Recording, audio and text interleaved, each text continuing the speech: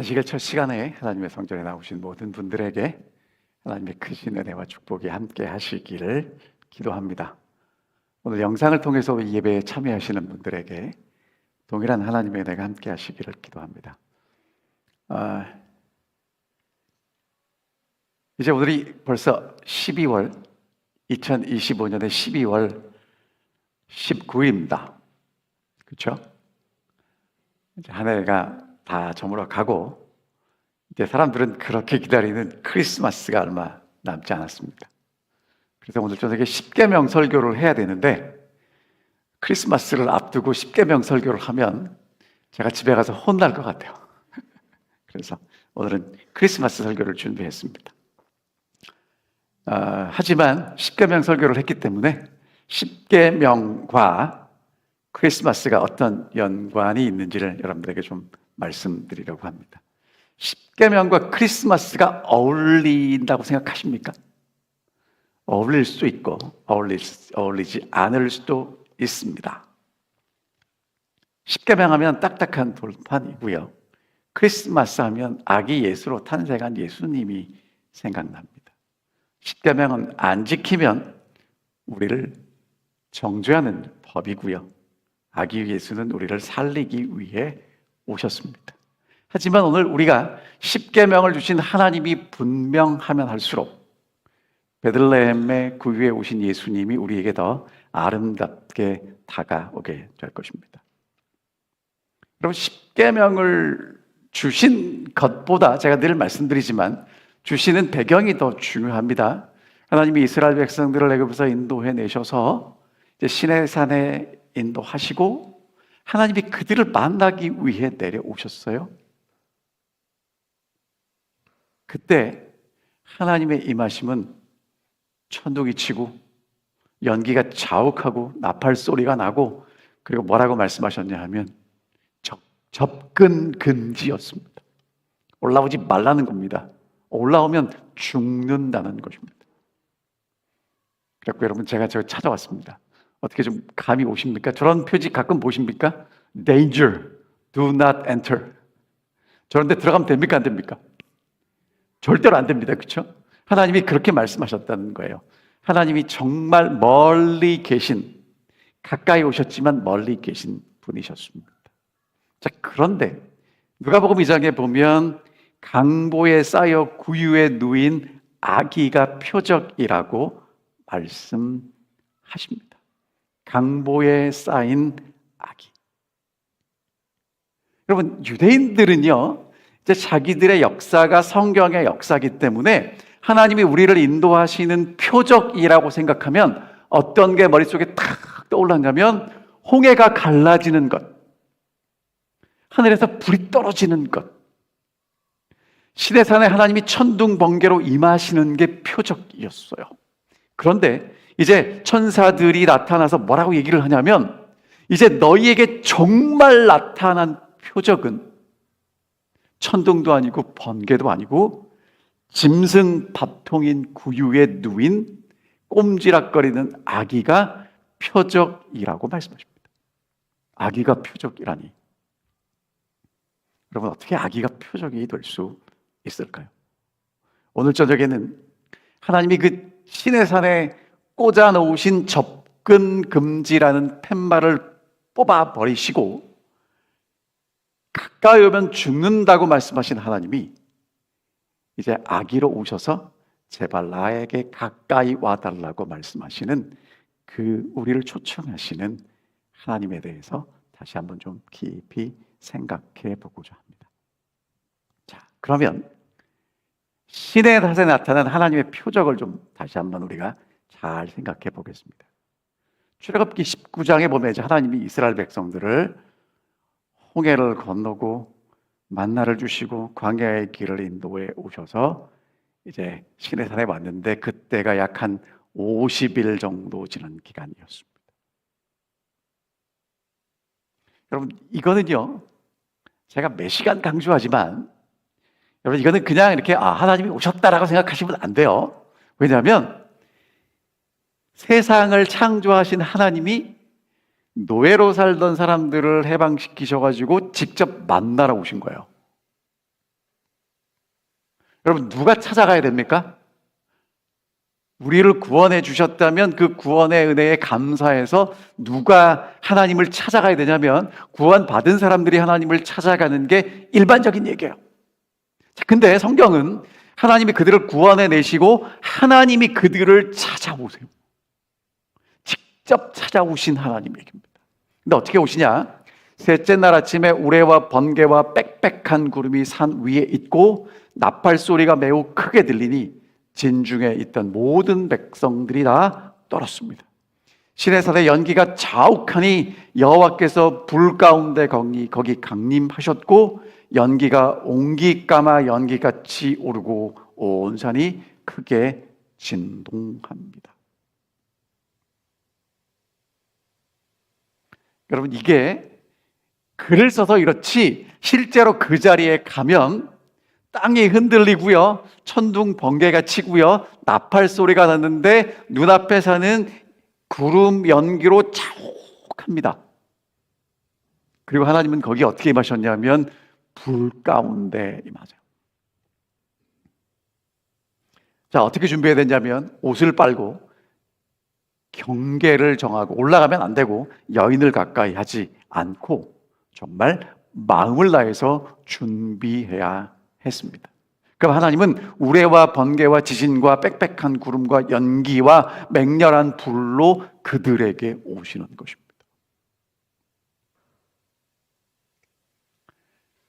소리가 들리고요, 눈에 보이고요, 냄새가 나고요, 온 몸으로 하나님이 오시는 것을 느낄 수 있게 오신 하나님.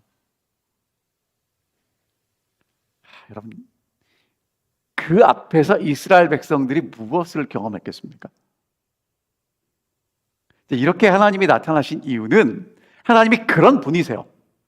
하지만 또 어떤 의도가 있냐면 애굽의 신들 봤잖아요. 정말 많은 신들이 있었거든요. 그 신전들이 지금 가도 돈 내고 볼 만큼 어마어마한 신전들이거든요. 여러분, 이집트 사람들은 지금도 조상들이 만들어 놓은 미이라 피라미드 장사해갖고 먹고 살잖아요. 그만큼 대단한 거예요. 그런데 이제 히브리 노예들이 애굽에서 자기들이 보고 느꼈던 신들이 아닌 진짜 하나님을 경험하게 됐죠. 하나님이 불 가운데 그들에게 임하십니다. 그리고 그들에게 주신 게 10계명이에요. 근데 하나님이 이렇게 말씀하셨습니다. 여호와께서 모세에게 이르시되 내려가서 백성에게 경고하라. 백성이 밀고 들어와 나 여호와께로 와서 보려고 하다가 많이 죽을까? 궁금해서 들어오면 어떻게 된다는 것입니까? 죽는다는 것입니다. 24절에 여호와께서 그에게 이르시되 가라. 너는 내려가서 아론과 함께 올라오고 제사장들과 백성들에게는 경계를 넘어 나 여호와께로 올라오지 못하게 하라. 내가 그들을 칠까 하노라.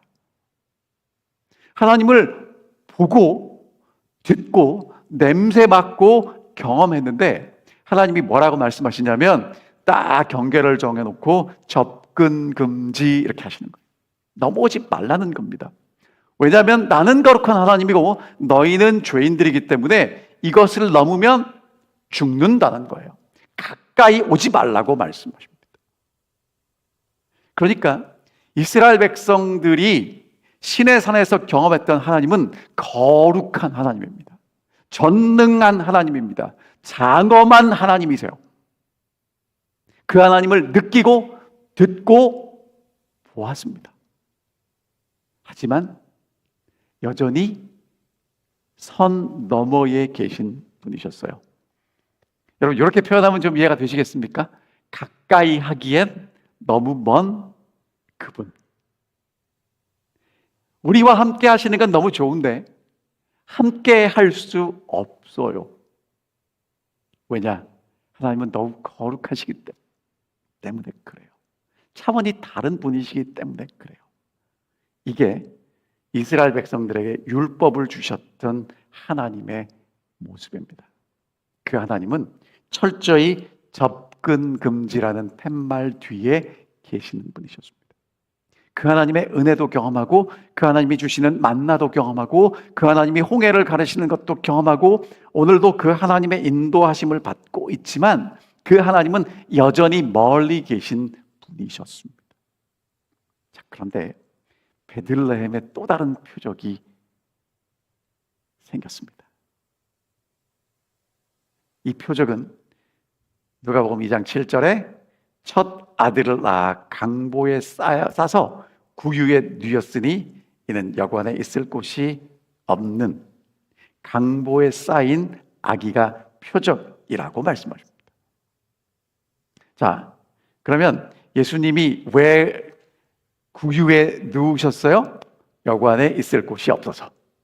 그래서 이제 우리는 우리 생각으로 베들레헴에 여관이 있는데 예수님은 자리가 없어서 쫓겨났구나, 이제 그렇게 생각을 할 수 있어요. 근데 성지를 갔다 오신 분들 계시겠지만 여러분, 베들레헴은요 일부러 찾아가야 갈 수 있는 곳입니다. 그러니까 예루살렘에서 한참 갔던 것 같아요. 갔는데 베들레헴이라고 교회도 만들어 놓고 예수님 탄생한 곳도 만들어 놨는데 주변에 보면 그렇게 아직도 번화한 곳이 아니에요. 굉장히 시골 동네입니다. 자, 그런 동네에 여관이 있었을까? 그래서 제가 찾아봤어요. 이 시대가 로마 시대이기 때문에 로마의 도로들이 지금 미국 도로들처럼 잘 이렇게 정리가 돼 있었고 사람들이 많이 왕래했기 때문에 여관이 있을 수 있었겠다라고 생각을 했는데, 자, 여러분, 이제 요게 그 시대에 유대인들이 살던 집의 모습입니다.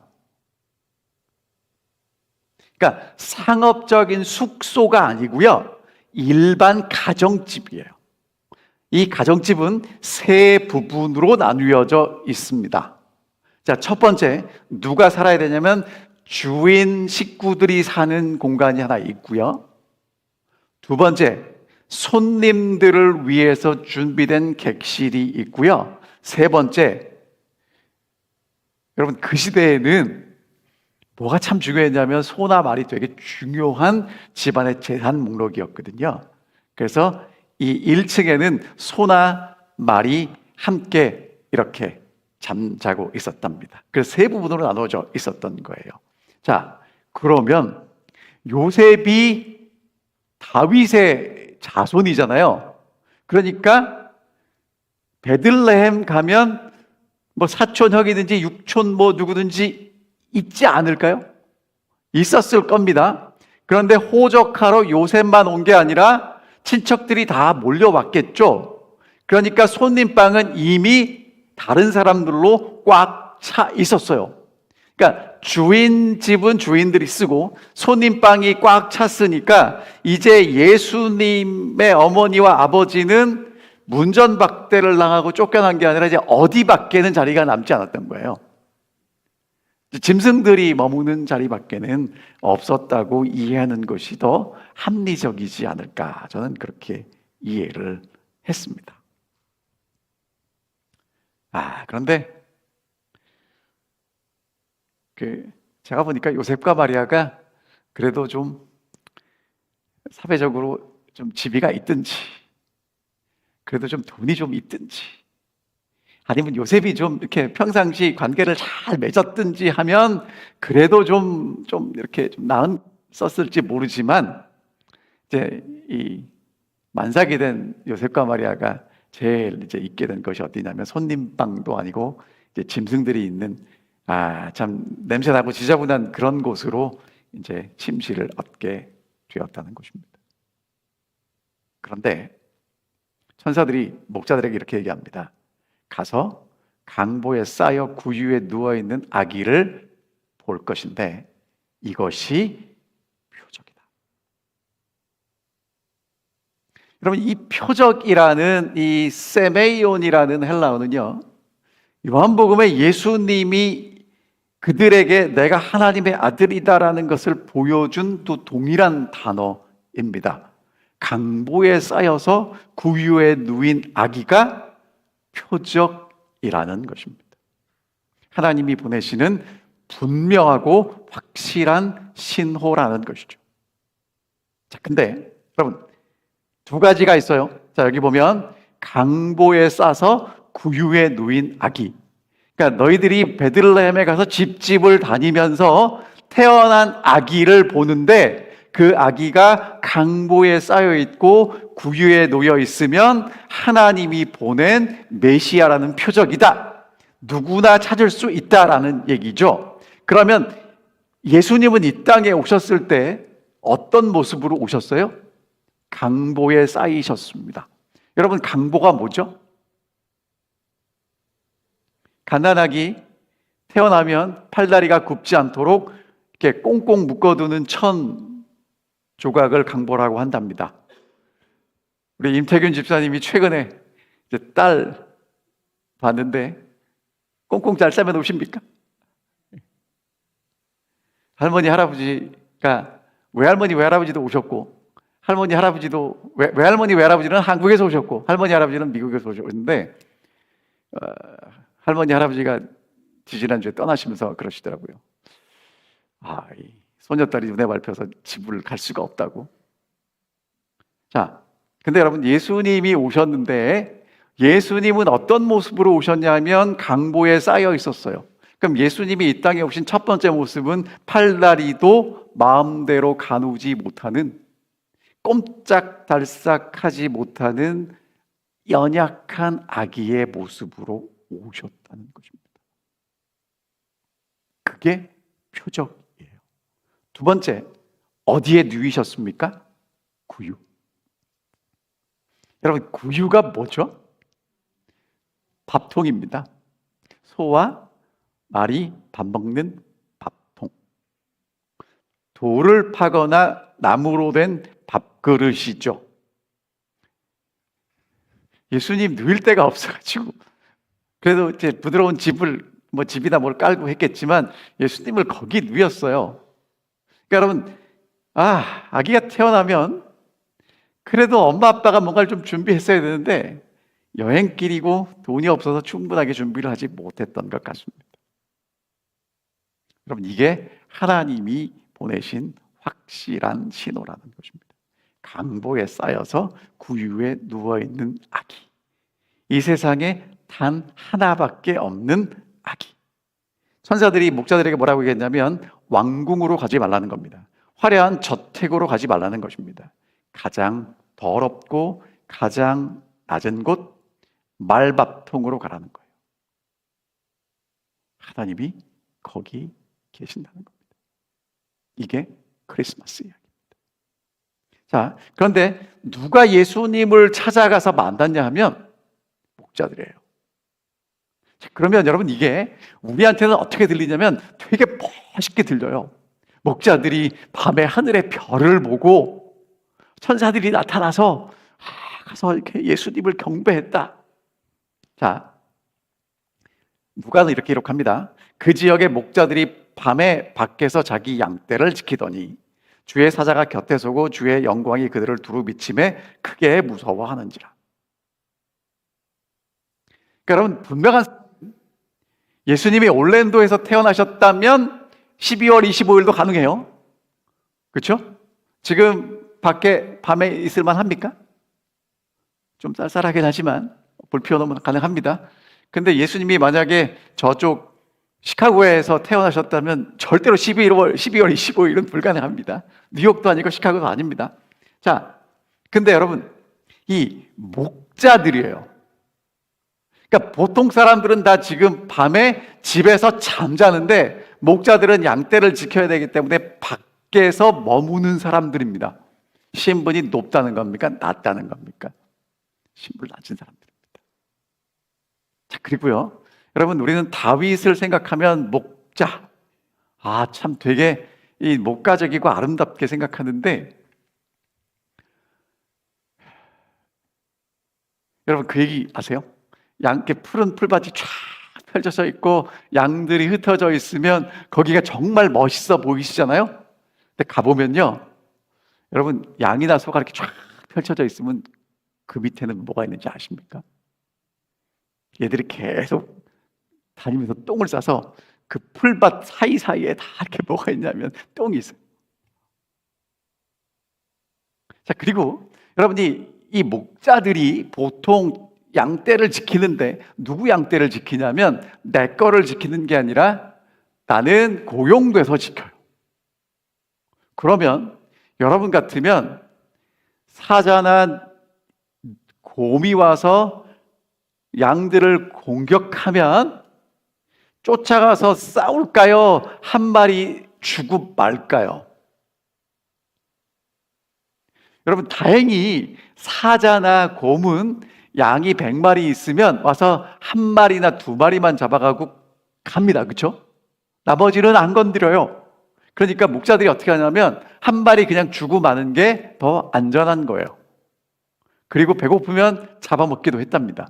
그래서 나중에 계산할 때 한 10% 정도는 주인과 목자가 서로 이해하는 어떤 마진이 있었다는 거예요.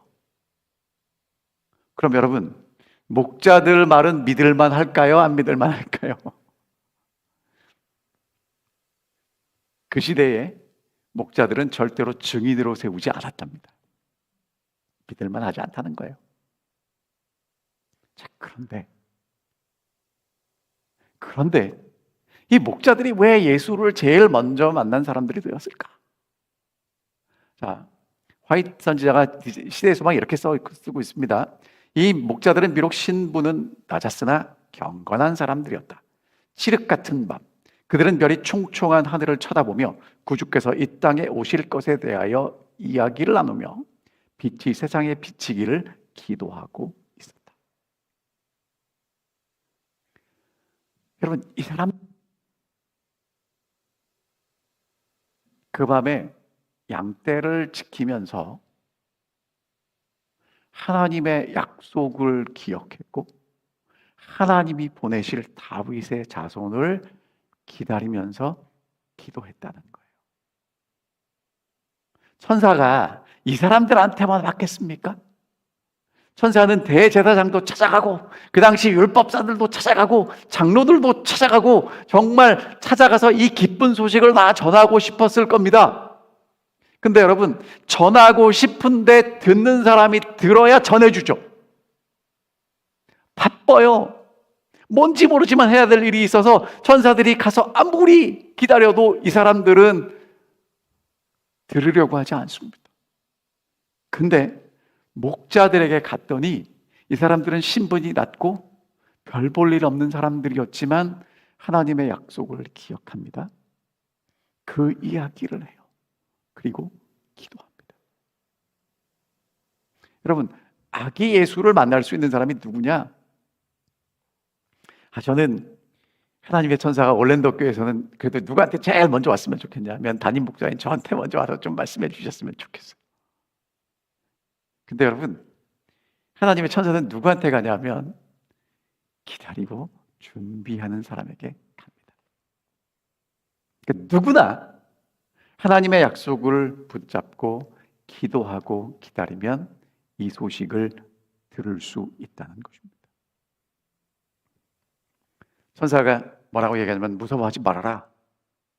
내가 온 백성에게 미칠 큰 기쁨의 좋은 소식을 너에게 전해주는데 오늘 다윗의 동네에 너희를 위해서 구주가 나셨는데 그리스도 주시다.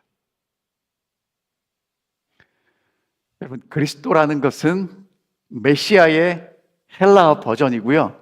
이 주라는 단어는 누구에게 사용하는 단어냐면 그 당시 로마 황제에게 사용하는 단어였대요.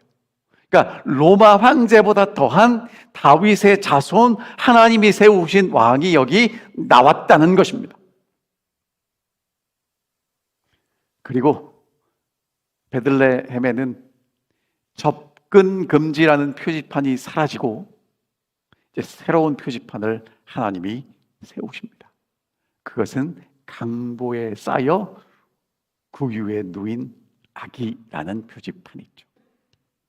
자, 여러분, 이 신의 산과 베들레헴에 태어나신 아기 이야기는 우리에게 많은 것을 던져주는데 첫 번째, 신의 산에 하나님이 오셨을 때는 경계를 분명히 정하셨고요.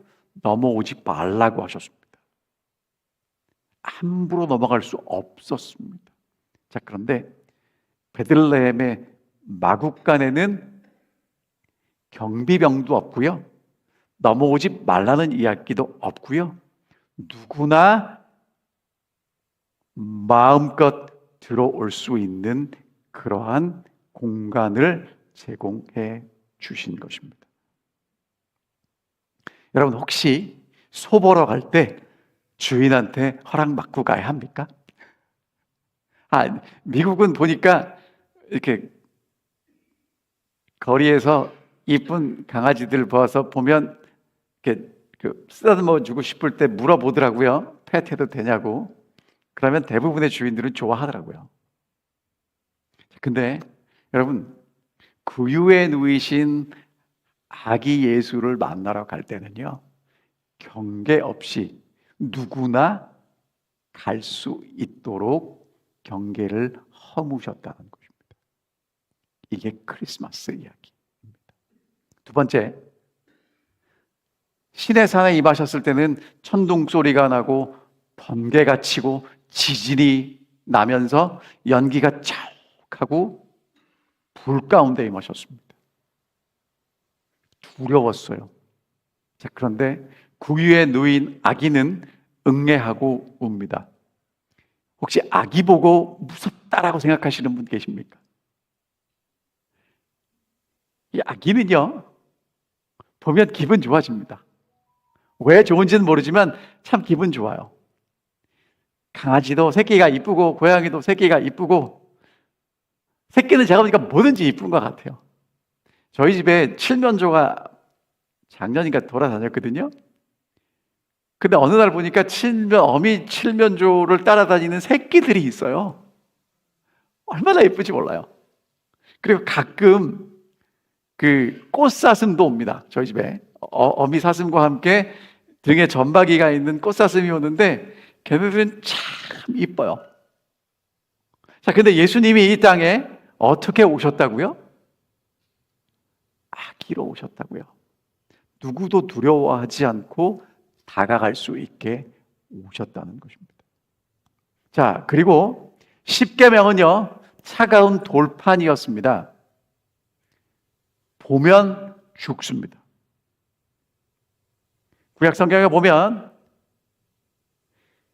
이 궤짝을 만들어 놓고 금으로 싼 다음에 하나님과 이스라엘 백성들의 언약 십계명을 집어넣고 그 위에 하나님의 시은좌가 있었던 거 기억나시죠?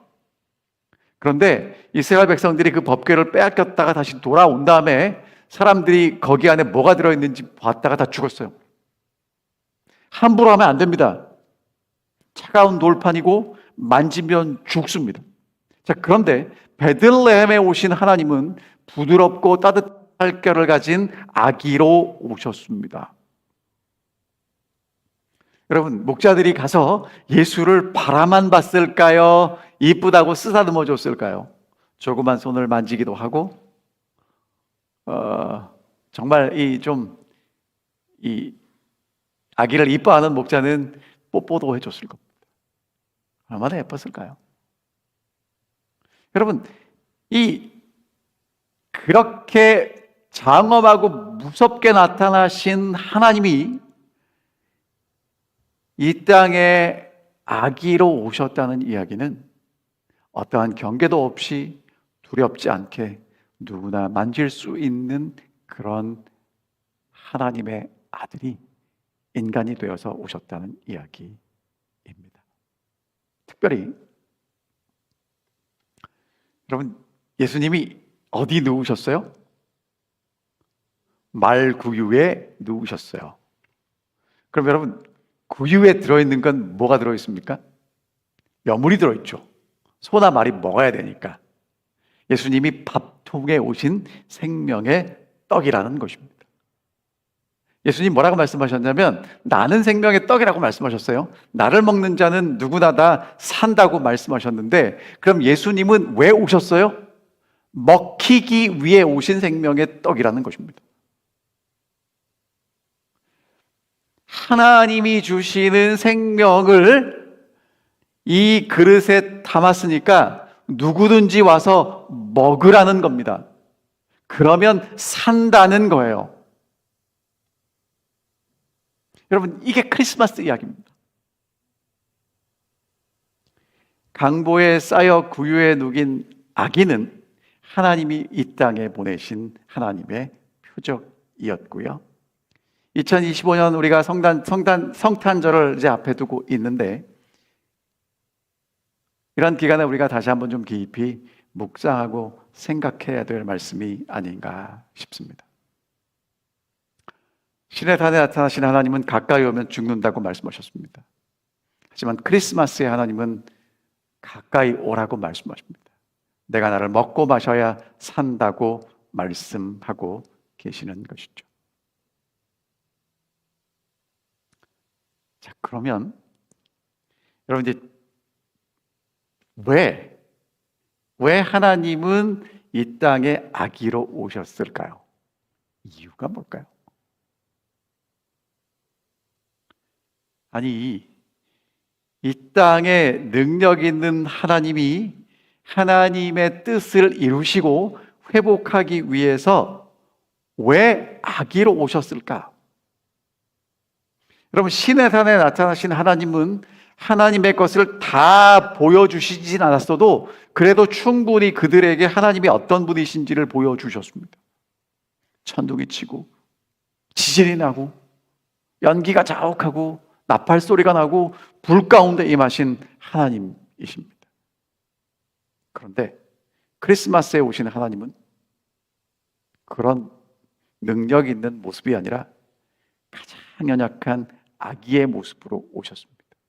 그것도 말구유에 태어나셨죠. 누구나 찾아가서 만날 수 있는 분으로 오셨습니다. 이유가 뭘까? 자, 이유는 간단합니다. 힘이 있는 사람 앞에서 그 힘을 느끼면 우리는 두려워서 복종은 하지만 사랑하지는 못해요. 이스라엘 백성들의 역사를 보면 이들이 신의 산에서 하나님을 경험합니다. 하나님이 정말 대단한 분인 것을 고백해요. 그리고 하나님 말씀대로 준행하겠다고 결심합니다. 그리고 짐승의 피를 뿌리면서 언약해요. 여러분, 그들이 정말 감동받고 진심으로 언약했을까요? 했겠죠. 자, 그런데 모세가 산에 올라가서 내려오기까지 40일이 걸렸는데 40일이 채 지나기도 전에 금송아지 만들어서 하나님을 떠나버립니다. 하나님은 가까이 오시긴 했는데, 그래서 복종은 했지만 그런 하나님 앞에는 우리의 마음을 다해서 사랑하도록 만들지는 못하셨다는 겁니다. 그래서 하나님은 이 땅에 연약하게 오셨습니다. 우리가 복종하기를 바라시는 게 아니라 정말 하나님을 사랑하고 하나님께 마음을 드리기를 원하셨기 때문에 그렇습니다. 능력이 없어서가 아니라 능력이 있음에도 불구하고 연약하게 오셨습니다. 우리를 압도하는 위엄을 버리시고 연약하게 오신 이유가 무엇인가? 연약한 아기로 왔기 때문에 하나님은 우리의 마음과 사랑을 얻으실 수 있었습니다. 여러분, 아기가 태어나면 그 집에서 누가 제일 중요한 사람이 되나요? 아기죠. 왜 그래요? 무슨 힘이 있나요? 무슨 능력이 있나요? 그 아무런 힘도 없는 아기는 모든 식구들의 관심을 받습니다. 아기가 울면 모두가 달려갑니다. 아기가 웃으면 모두가 웃어요. 왜 그렇습니까?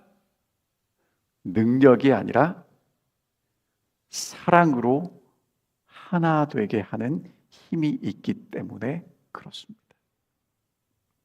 하나님은 우리가 하나님을 무서워서 덜덜 떠는 대상이 아니라 하나님이 너무 사랑스럽고 하나님이 연약하기 때문에 우리가 안아주고 싶은 그런 하나님으로 이 땅에 오셨다는 것입니다.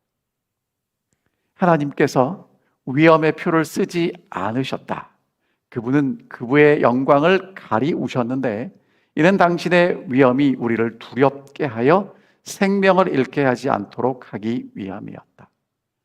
인간 가족의 어떤 사람도 하나님께 가까이 나아가기를 두려워하지 않도록 하기 위하여 그분은 사람이 되셨다. 여러분, 이건 정말 감사한 이야기입니다. 왜냐하면 사람은요, 누구나 나하고 비슷하거나 나보다 조금 못한 사람을 만날 때는 마음이 열려요. 그런 거 경험해 보셨습니까? 근데 나보다 조금 더 많이 가졌다고 생각하는 사람을 만나면 긴장하게 됩니다. 자, 그러면 여러분, 예수님이 이 땅에 오셨을 때 모든 사람이 예수님께 오게 만들려고 하면 어떤 모습으로 오셔야 했을까요? 어떤 사람보다 연약하게, 덜 가지고, 덜 배우고, 그래서 누구도 부담 없이 올 수 있는 모습으로 오셔야만 했습니다. 없어서가 아니라 여러분과 저를 사랑하시기 때문이죠. 우리는 지지난주에 우리 연말기도 주일에 이학봉 목사님을 통해서 삭개오 이야기를 들었습니다. 참 외로웠어요. 허전한 마음 채울 수 없었습니다. 예수님 오신다는 이야기는 들었는데 예수님이 나를 만나 주실까? 왜냐하면 세리는요, 모두가 손가락질하는 죄인이었거든요. 여러분, 미국 사람들이 IRS에서 일하는 사람들 좋아할까요? 안 좋아할까요?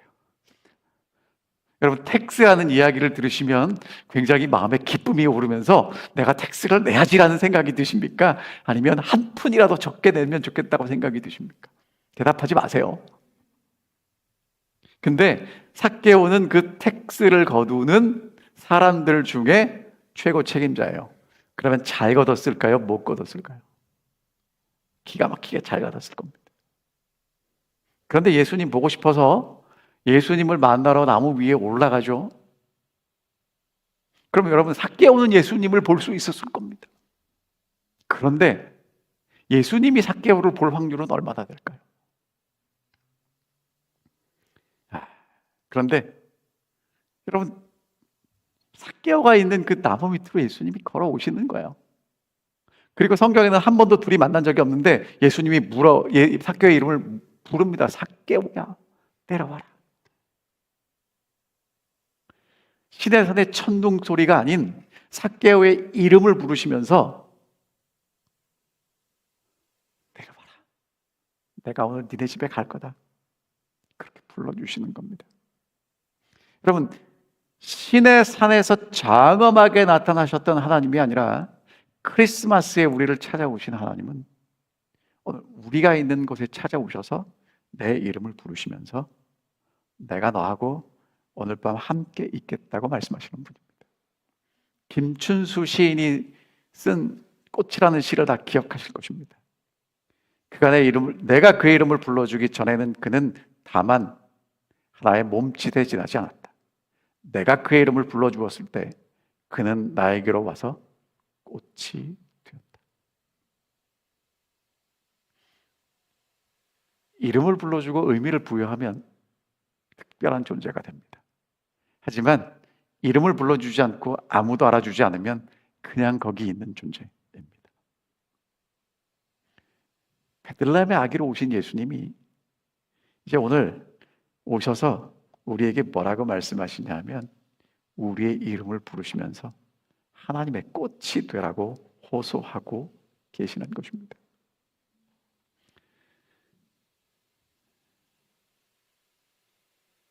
신의 산에 접근 금지라는 편말을 세워놓으신 하나님은 가까이 오셨지만 여전히 가까이 갈 수 없었던 그 하나님은 이제 크리스마스에 우리에게 오셔서 접근 금지 팻말 다 치우시고요. 제발 나를 두려워하지 말고 내게 와서 나를 사랑해 달라고 호소하시는 분이십니다. 이제 여러분과 제가 이 크리스마스 해야 될 일이 있다면 우리를 연약하게 찾아오신 그 예수를 가서 꼭 안아드리는 일일 것입니다. 2025년 어떻게 살아오셨나요? 하나님은 여러분들에게 어떤 분이셨습니까? 저 높이 계신 분이셨습니까? 아니면 낮고 낮은 이 땅에 오신 분이셨습니까? 여전히 하나님은 우리에게 율법이라는 잣대를 들이세우면서 우리가 잘못하는 것들을 지켜보는 분이라고 생각하셨습니까? 하나님이 계시고 하나님이 나를 사랑하시는 건 알겠는데 여전히 가까이 하기에는 멀리 계신 하나님은 아니셨습니까? 크리스마스는 오늘 우리에게 하나님이 그 차가운 표지판을 친히 뽑아버리시고 가장 작고 가장 부드럽고 가장 따뜻한 아기가 되어서 우리에게 오셨다고 말씀하고 계십니다. 다윗의 자손이고 만왕의 왕이시군 하나님, 그 하나님이 이제는 구유에 누우셔서 아기가 되셨고 가냘픈 팔을 허공에 저으면서 우리를 기다리고 계신다는 것입니다. 구유에 누인 아기 예수님은 하나님이 우리에게 보내신 가장 확실한 초대장이고 표적입니다. 이 아기 울음소리는 우리를 향하는 하나님의 애절한 고백이 됩니다. 사랑하는 아들아, 사랑하는 딸아, 나는 너를 심판하러 온 것이 아니다. 나는 너를 혼내러 온 것이 아니다. 나는 너에게 안기러 왔다. 내가 나를 무서워할까 봐, 내가 나를 피할까 봐 나는 나의 모든 힘을 버리고 너의 도움 없이는 살 수 없는 작은 아기가 되었다. 그러니 제발 두려워하지 말고 나를 꼭 안아다오. 이것이 크리스마스에 하나님이 우리에게 하시는 사랑의 호소입니다. 여러분, 진짜 신앙이라는 건요, 몸부림쳐서 시내산 꼭대기로 기어 올라가는 게 아닙니다. 힘 다 빼고 연약한 아기가 되어서 우리의 품으로 파고드는 예수님을 내 가슴을 열어서 따뜻하게 안아드리는 게 진짜 신앙이라고 말씀하고 계시는 것입니다.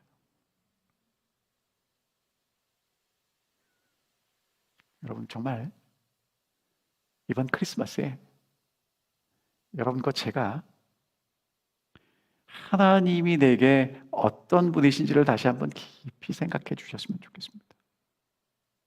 아직도 시내산에서 장엄하게 불 가운데, 천둥 가운데, 지진 가운데 임하시는 그런 하나님이신지, 아니면 그 하나님이 나를 만나기 위해서 모든 것 다 뒤로 하시고 연약하게 오셔서 말구유에 누인 하나님의 아들 아기 예수인지, 여러분과 제가 어떤 하나님을 만나고 싶으냐에 따라서 우리의 삶은 달라지게 될 것입니다. 크리스마스 하면 사람들이 정말 좋아하는 건 뭐냐 하면 선물이더라고요. 하나님의 선물은 예수 그리스도입니다. 연약하게 오신 예수 그리스도.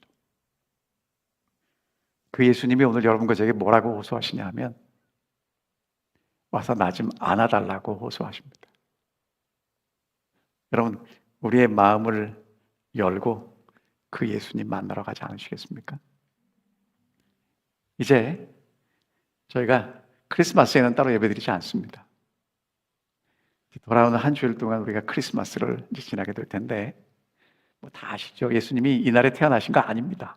하지만 예수님이 태어나셨다는 것을 기억하는 것, 예수님이 이 땅에 아기로 오셨다는 것을 기억하는 것은 우리에게 매우 값진 일입니다. 이 땅에 우리를 만나러 아기로 오신 그 예수 그리스도를 다시 한번 깊이 만나고 그 예수를 꼭 품에 안는 그런 크리스마스가 됐으면 정말 좋겠습니다. 정말